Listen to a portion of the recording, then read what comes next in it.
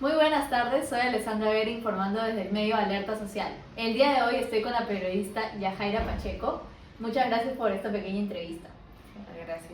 En esta ocasión hablaremos sobre un tema que afecta bastante a nuestro país, que es sobre las extorsiones, tanto a los transportistas, a los emprendedores y a los ciudadanos en general, ya que aumenta la inseguridad ciudadana que vivimos actualmente. Como primera pregunta, ¿cómo describiría la situación actual de las extorsiones en nuestro país? Bueno, la criminalidad en general está descontrolada básicamente y inició con los pequeños negocios, ¿no? Con las bodegas, empezó con aquellos pequeños emprendedores de nuestro país y ahora parece que la situación realmente se ha salido de las manos. Yo lo considero como un momento bastante difícil que está pasando el país. Incluso lo escuchaba y lo puedo resaltar. Parece que estamos viviendo incluso hasta momentos de guerra. Claro. Desde su experiencia periodística, ¿cuándo comenzó a notar el incremento de estos casos y qué factores lo impulsaron? A ver, las extorsiones siempre han existido y es algo que nosotros incluso lo sabemos. Sin embargo, las extorsiones que antes se veían o estos casos delincuenciales o criminales no afectaban directamente contra la vida del ser humano y es ahí en donde la situación empieza a salirse de las manos. Actualmente, según mi experiencia como periodista en estos años, podría mencionarte que los años más críticos han sido el anteaño pasado, el año pasado e incluso este año que ya estamos rebasando cifras. Incluso. O sea que desde el 2023 estas cifras han aumentado a una cantidad exorbitante. Desde el año 2023 y creo que el factor más importante ha sido la inestabilidad política, el hecho de tener tantos presidentes en muy corto tiempo, sí. Entonces ha hecho de que incluso los criminales o delincuentes puedan verse en su momento libres de poder hacer lo que quieran, porque al tener inestabilidad política no hay leyes que se puedan cumplir. Entonces por ahí han visto un momento que han podido aprovechar de la mejor manera en contra de los peruanos y es por eso que actualmente en el 2025, ya siendo noviembre, podríamos hablar de una situación crítica que parece que para poder solucionarla vamos a tener que esperar muchísimo tiempo más. ¿Podría describir los métodos más comunes que utilizan las extorsiones hoy en día, los que usted ha visto más? Los teléfonos móviles, en realidad. El celular, el mensaje de texto, las cartitas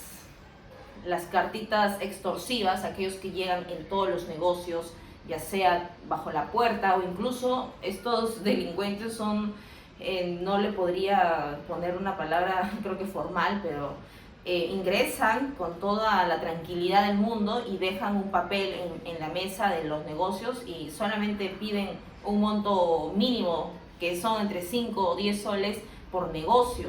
Estamos hablando de negocios puerta calle y ahora los transportistas, al que también hemos tenido información, pagan entre 10 soles o 8 soles diarios y por empresa de transporte son más de 100 o 120 unidades. Estamos hablando de un gran número de dinero que se llevan a los bolsillos estos sujetos. Es verdad.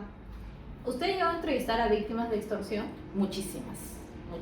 Incluso estos 2 últimos años han sido, creo que todos los días que salgo a trabajar, al menos una persona tengo de víctima. Es bien difícil que ahora actualmente no conozcamos a alguien que esté siendo víctima de extorsión. Sí, incluso hasta nuestro vecino puede ser víctima, incluso hasta nosotros podemos ser víctimas de extorsión. ¿Hasta qué punto ha podido percibir el impacto emocional que la extorsión genera en los emprendedores? A ver, si hablamos de cifras,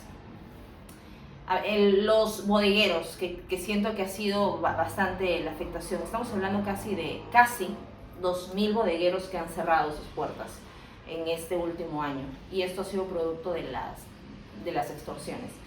Estos emprendedores se han visto obligados prácticamente a tener que cerrar esos negocios, aquellos que han trabajado mucho para tenerlo. Entonces, son 2.000 bodegas aproximadamente, o casi 2.000 bodegas que han tenido que cerrar sus puertas. Estamos hablando entonces de una afectación directa a la economía del peruano y al bolsillo del peruano. Las microempresas, sobre todo, son las que más han cerrado de causa de estas. ¿Cómo evalúa la respuesta de la Policía Nacional y el gobierno peruano frente al incremento de las extorsiones? ¿Cree que están tomando un buen papel, que deberían hacer más? no hacen lo suficiente. Como experiencia periodística, creo que la policía ha perdido bastante la confianza. Y creo que es en cualquier tipo de relación, ¿no? Incluso hasta en una relación amorosa. Cuando pierdes la confianza, ya la situación se descontrola. Y esto es lo que ha pasado con la situación del país. La confianza entre el ciudadano con un efectivo policial casi es nula.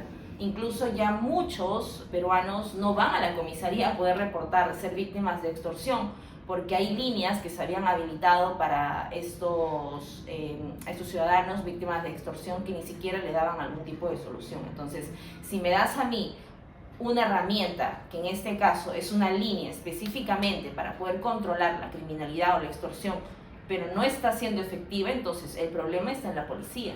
Y es por eso que falta, en primer lugar, y puede ser una opinión de repente criticable, pero falta que el presupuesto llegue realmente a los efectivos policiales, porque en este caso sí, no solamente es la policía, sino también va mucho más allá del Ministerio Público, porque como policía puedes capturar, pero si es que el Ministerio Público no pueda concretar una decisión, o en este caso una investigación, para que el Poder Judicial pueda dar una decisión final, pues entonces no va a acabar con nada. Y si vemos la situación de las comisarías, yo sé que tú has sido una comisaría y no está ni con la mejor infraestructura, incluso tienen computadoras que no prenden, tienen muebles que están empolilladas, o sea, la situación es bastante crítica. La comisaría de Barranco, que el techo se cayó, se vino abajo, y en provincia incluso también. Entonces, la situación económica y en cuanto a presupuesto de la Policía Nacional también hace falta para poder controlar la criminalidad. Justo momentos antes en la entrevista nos mencionó que usted fue víctima de los petardos en las manifestaciones que hubo después de la vacancia de Dina Boluarte. Sí. ¿Cómo se sintió el hecho de haber sido agredida indirecto o directamente de la Policía Nacional?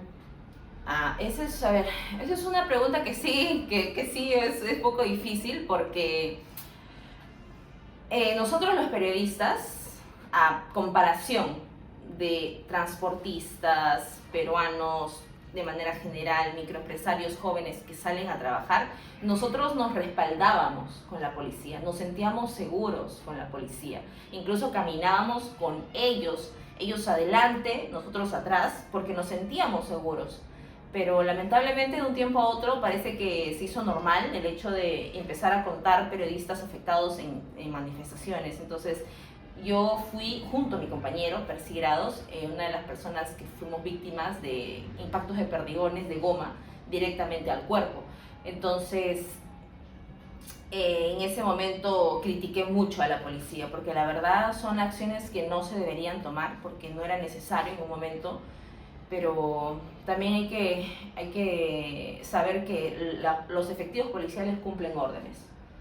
Sí. Y aparentemente hubo una orden de arriba para esa acción. Tuvieron que seguirla, ¿no? Claro. ¿Qué opina del estado de emergencia que el presidente José Geri ha declarado para combatir contra la criminalidad?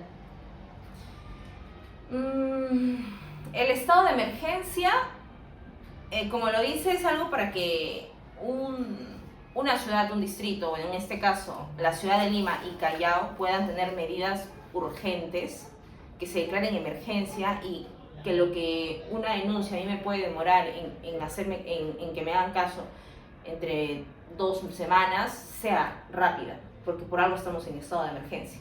La Policía Nacional solicita el apoyo a las Fuerzas Armadas para que puedan salir a las calles. Sin embargo, ha sido un estado de emergencia que hasta el momento no veo que tenga algún tipo de resultado.